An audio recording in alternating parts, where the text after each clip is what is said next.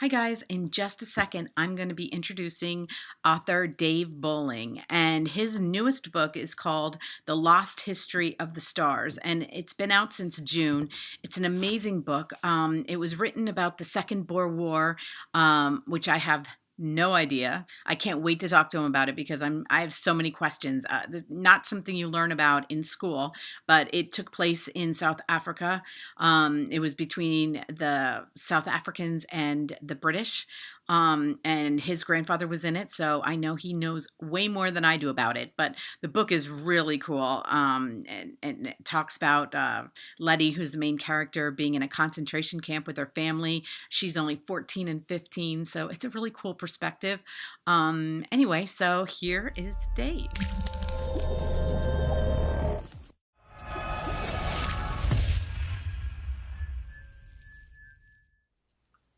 Hi, everyone. I am so excited to be speaking with author Dave Boling, and we're going to be talking about his brand new book.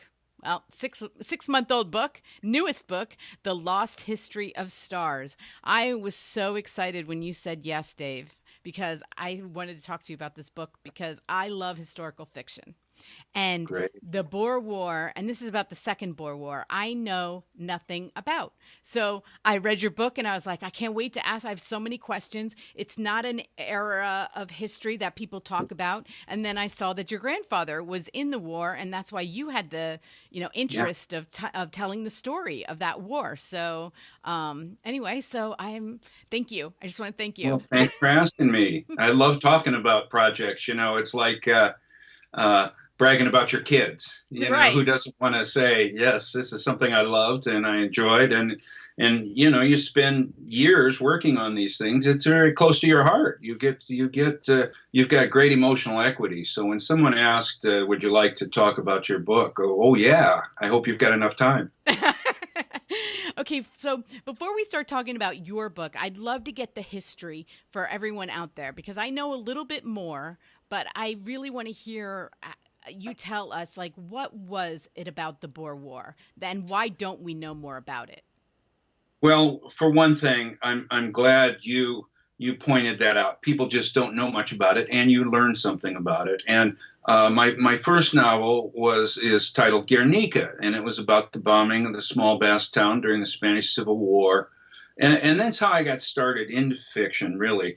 Um, after 9/11, I saw in the media going back and looking at all the way back to, say, the bombing of London or the Blitz on London or the bombing of Dresden.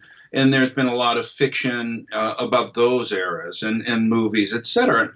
And I felt the bombing of Guernica was really the taproot of this tragic assault on innocent civilians.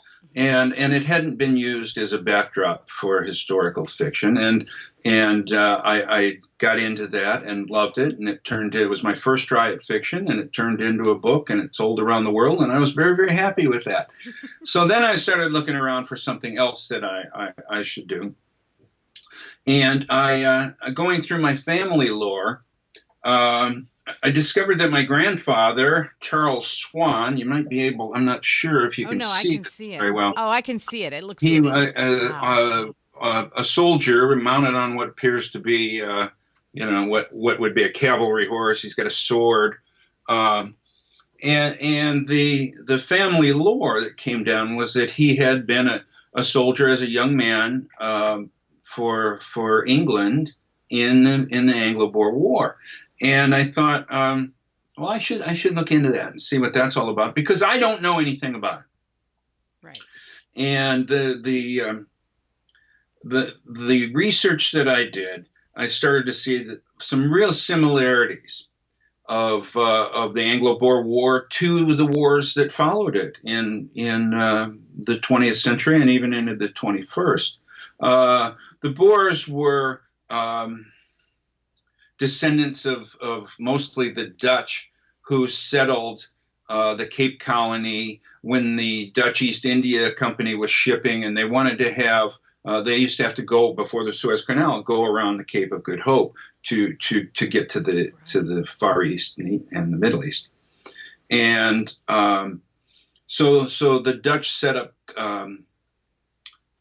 colonies of workers and whatever farmers who could help supply ships on that midway point that were going to the Far East. And eventually, the British started taking over control.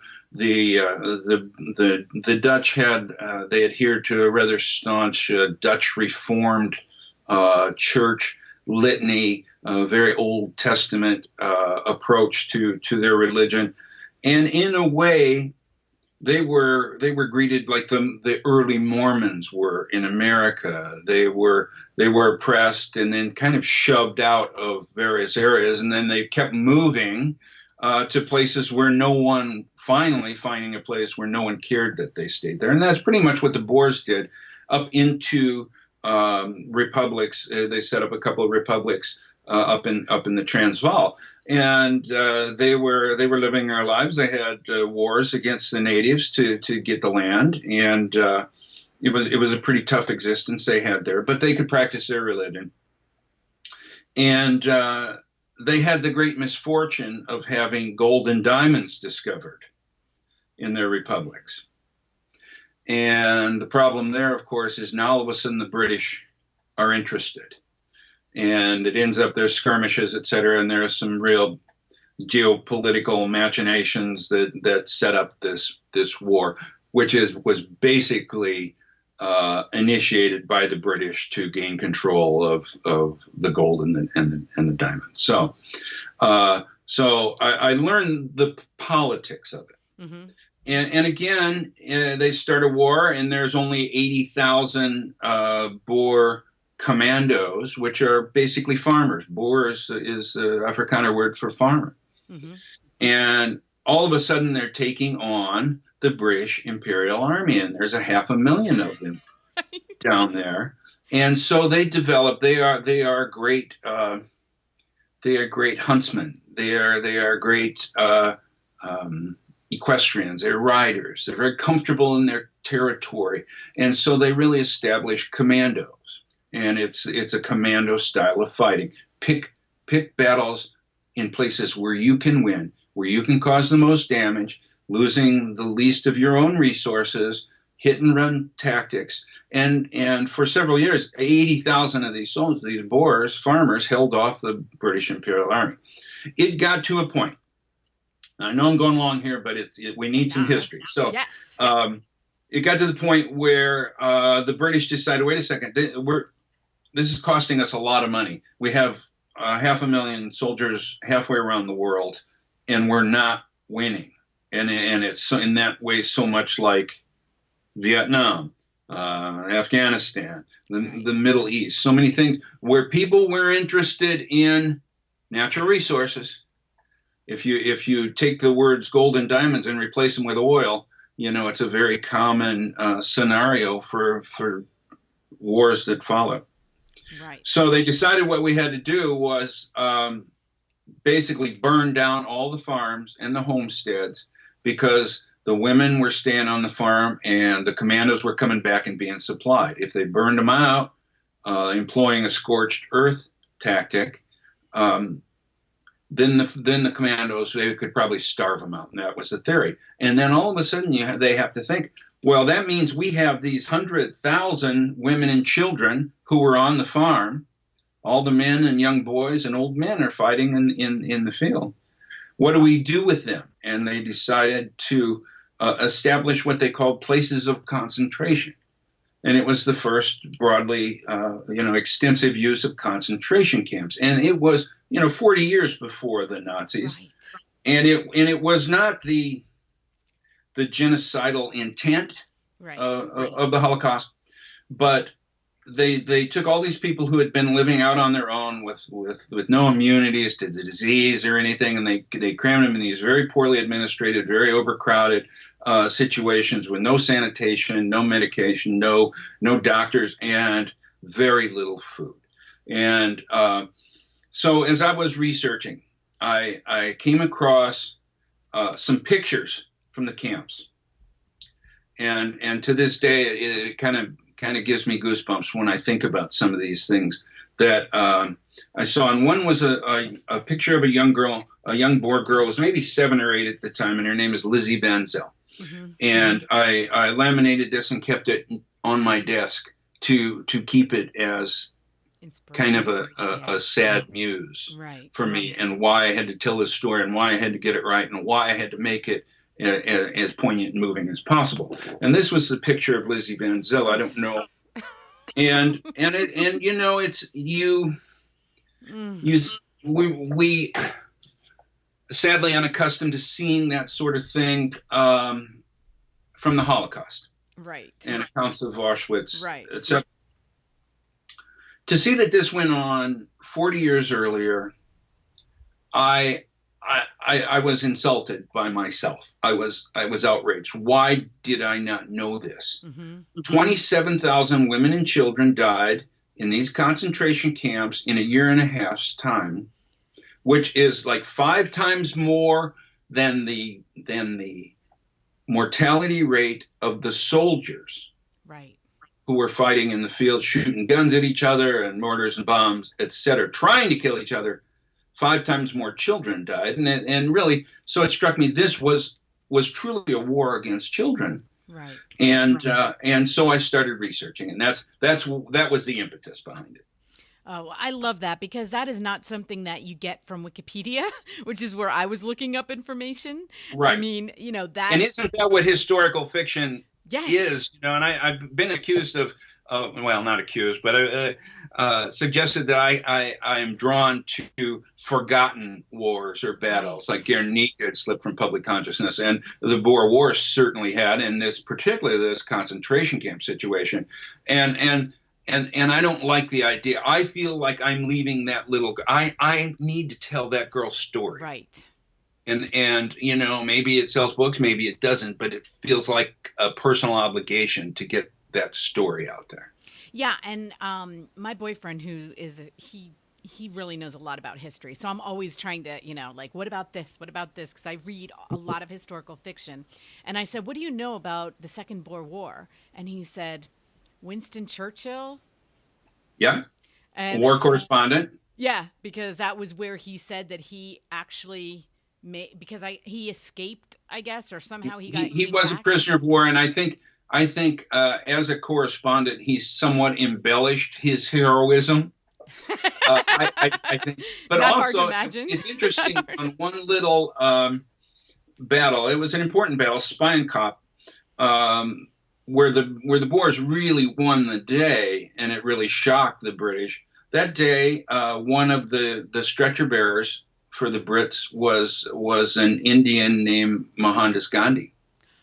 Right. Winston Churchill was there. And so you look at this war, and they developed, it was the first war that was really covered by media, where they could take photos on from the front. And so that horrified people. It was where the first commando style fighting took place.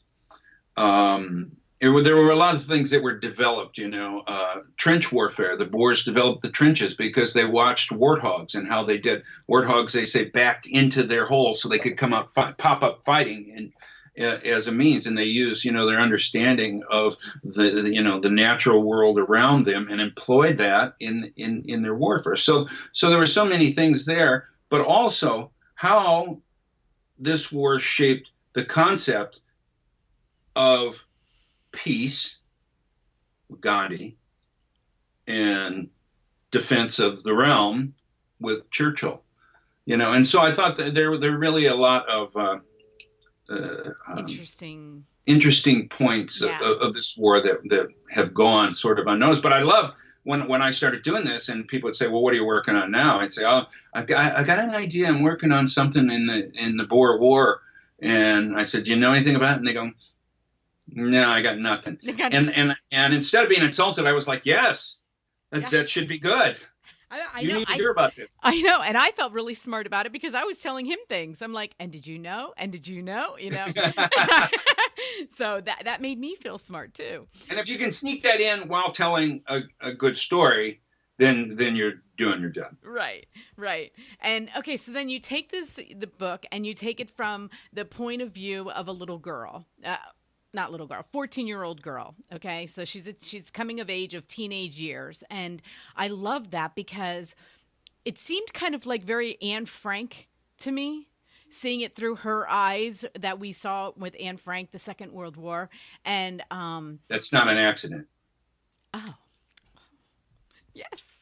So I love that. I loved her point because there's something about that age that they have a point of view of the world that is like that adults almost are too shaded or too jaded or too they can't really look at. And so I want to tell you my favorite quote of the book, okay? Because I'm a quote person. I'm a book lover. So I pick these things. And what I pick as a moment in a book is when I set it down and I like take a moment to absorb it in. And then I know that it's a quote, okay? And it says, "It was only when everything was taken away that you got to see I'm reading my own handwriting. See what was at your core. And if you could hold on to that singular meaning, you went on. If you couldn't, the collapse was complete." And I just sat there and I was like, wow, that was incredible. Let me tell you the history of that quote particularly. Okay.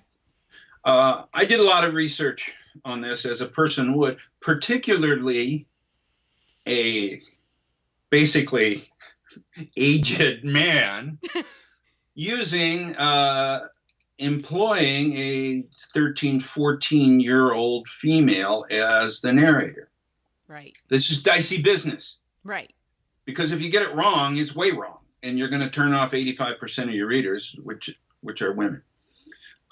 So I visited a number of female psychologists, and to try to get inside the head of a young girl. It is obviously a transitional phase of their life, trying to find out where they fit in the world.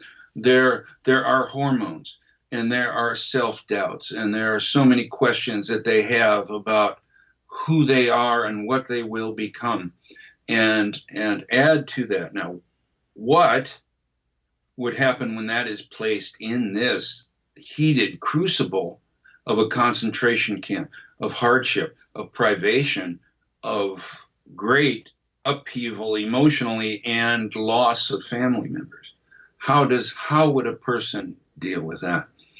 And I got some great advice from these female psychologists, and I thought it was really important how they told me basically at some point they might start creating their own reality, which is to dissociate from the reality that they face on a daily basis, which is pretty much what happens to our protagonist, Letty, in the last 100 pages or so. Right. She recognizes she is kind of losing her mind, and she is creating a reality that she can control, because the other one is too harsh. That line specifically came from a piece of nonfiction that was recommended to me by one of the doctors, called Viktor Frankl's Man's Search for Meaning. I was thinking about that. When I read it, I was thinking, wow, this sounds very Victor. That is so funny that you said that, because I haven't read that in a while, but it did seem very... It's a seminal work. He was a Austrian psychologist, I believe, and I apologize if I'm not getting this exactly right. Right. But he was a Holocaust survivor. Yes. And he saw many, many, many hundreds of people who died. And he had the background with his psychology studies to try to sort through what it was that made the difference between those who survived. And he basically described what I described in the book, that things get taken away from you. And it's your family, it's your freedom, it's your health, and things go by one, and that at some point there is a balance where fighting it is more difficult than just giving up. Right. And it is that point where you basically have nothing except inside some crystallized nugget of who you are and what is important to you. And if that is enough to keep that flame of life flickering, then you can find a way to live. Right. And that's what I wanted my young girl in a more simplified way, Yes. perhaps from the perspective of a young girl who has now been through more terrible experiences than most people have in a lifetime. So she has matured because of that. And she is a very bright young girl and introspective. And I thought it was fair for her to raise that point. And it's something that we can all use. We're all suffering things. We have all had losses to the world we thought we lived in. It is a much different place. What is it that we have that keeps us going? And I wanted to let in, and one of the points of pride that I have, pardon me, but one of the British book bloggers, this came out in England several years earlier, and one of the book bloggers there nominated Letty as a heroine on literary heroine on women's International Women's Day. Oh. Because she thought that she had this sense of resistance, and her daily insurgencies against the British Imperial Army. She was small, but she was dangerous, is what she liked to say. And of the 5 that she nominated, only 1 was written by a man. So I felt I felt good about that. But I like to think, and then if historical fiction is important to tell stories, but I think it's also important to try to subtly teach lessons of what didn't we learn from this war. And I think that as I was writing this book, I was thinking about refugee so we're going to have a story of a little girl trying to cross the Mediterranean in a boat soon. And the story of Syrian refugees are going to be shockingly similar to Letty's story in this concentration camp. And that's what a bigger message that I like to kind of address are the great fallacies of war, that anybody really wins anything or that anybody really learns anything.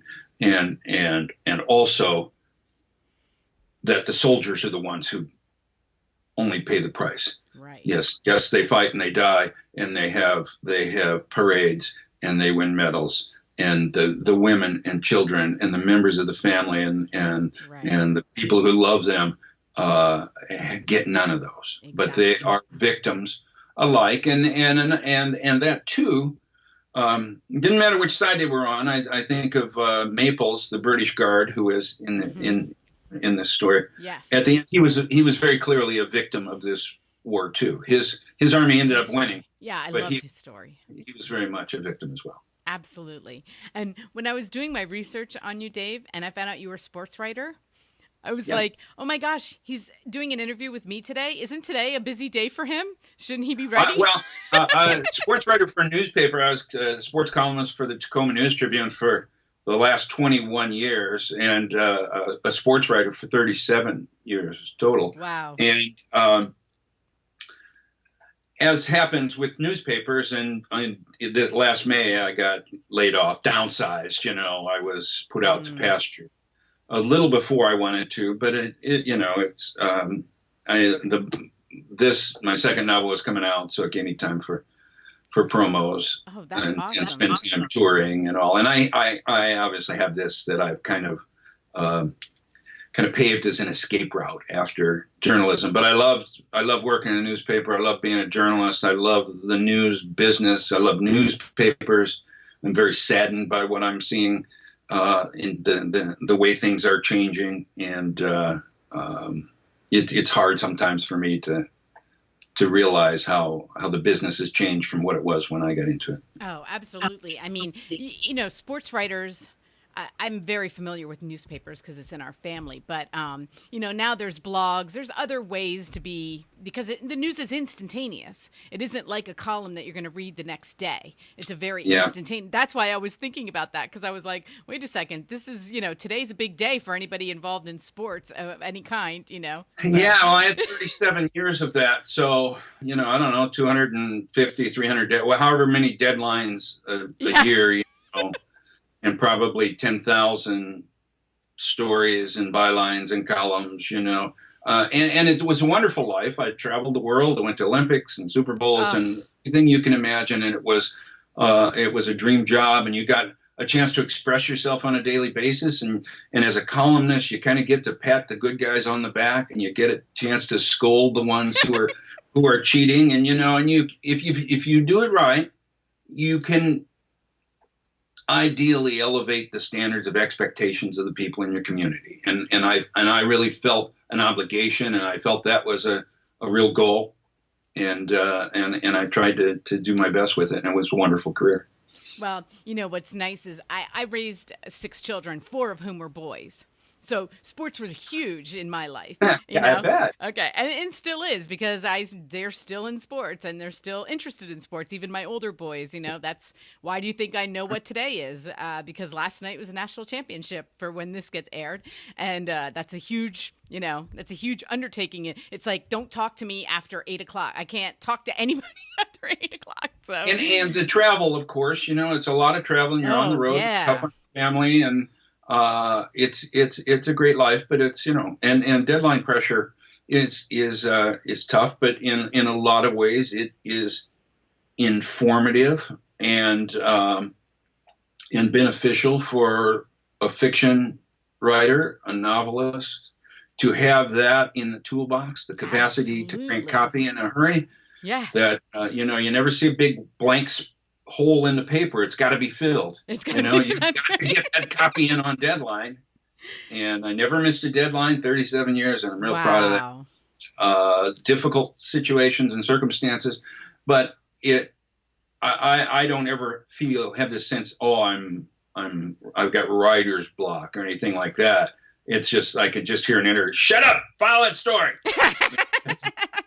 Well, yeah, I mean, right. I think you had one of the dream jobs, is what I consider it. A dream job. I mean, you got to meet athletes. You got to, like you said, go travel, sit at Olympics, sit at, national championships, do all that. That is a dream job. But now, like, amazing. What's awesome is that you have this other, like, I'm in my 50s now, and this is what I raised 6 children, and then you get to be like, okay, what else do I want to do? It's not over. It's like a what else, and whenever I talk about getting into writing, I always like to give credit to a friend of mine who I think is just really one of the great American authors working out there. Jess Walter, Beautiful Ruins, Citizen Vince, all those the great novels. Was a newspaper friend of mine when we were both working in Spokane, Washington, and he started out and doing some true crime things like that, and then got into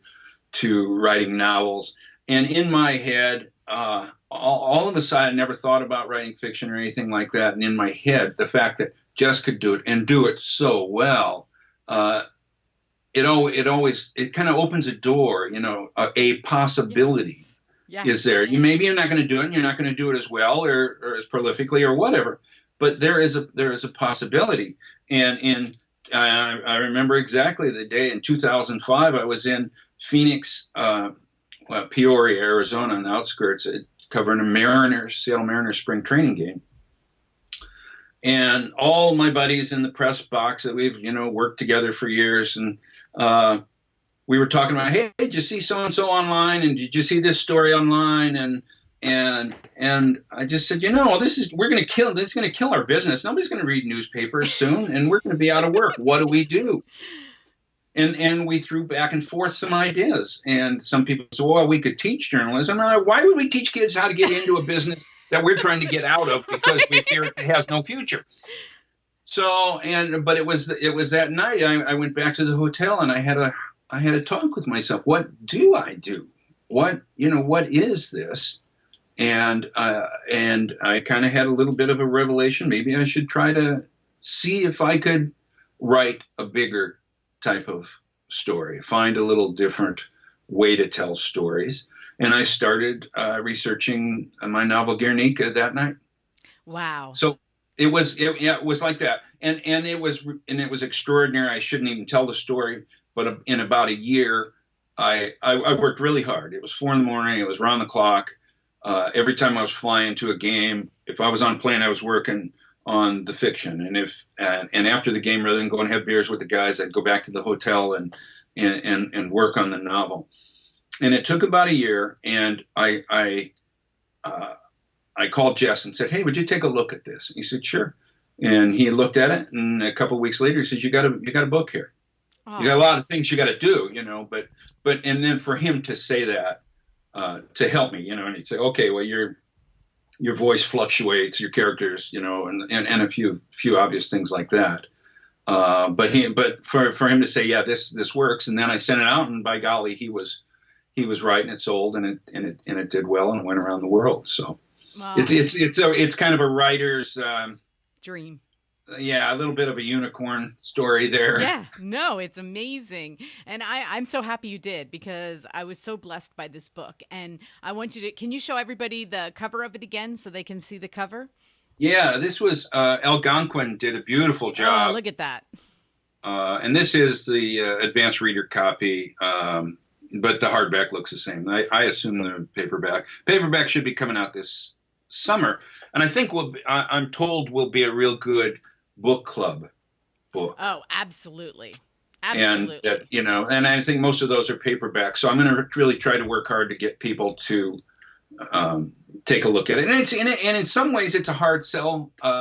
I think people will look at it. If I had put this story, set it in World War II, it might be all the light you can't see or something. It could be something that people have more ingrained context with. When they go this, they go Boer War.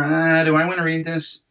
But I certainly did want to tell this story, and so I'm hoping the book clubs will jump on it. Oh, I'm sure they will. Well, thank you so much, Dave. It was so much fun talking to you. Oh, my And pleasure. yeah, and many successes with this. And I can't wait for your next book. Thank you. Okay, talk to you soon. Bye now. Bye.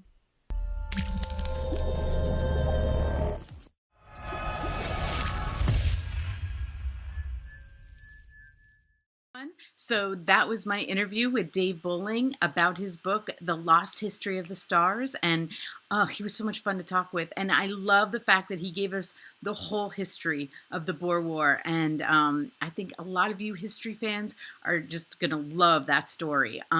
If you've made it to this far, I want to thank you for listening and for watching. I can't wait to see what else he has for us because this book was so good. And I was so attached to the main character, Letty. He did such a great job writing her. And I can't wait to see what he has coming up next. But anyway, if you liked watching it, please hit like. And if you want to subscribe, you can hit the subscribe button. And I put these interviews out every day but Sunday. And there's also the podcast. So thank you so much, guys.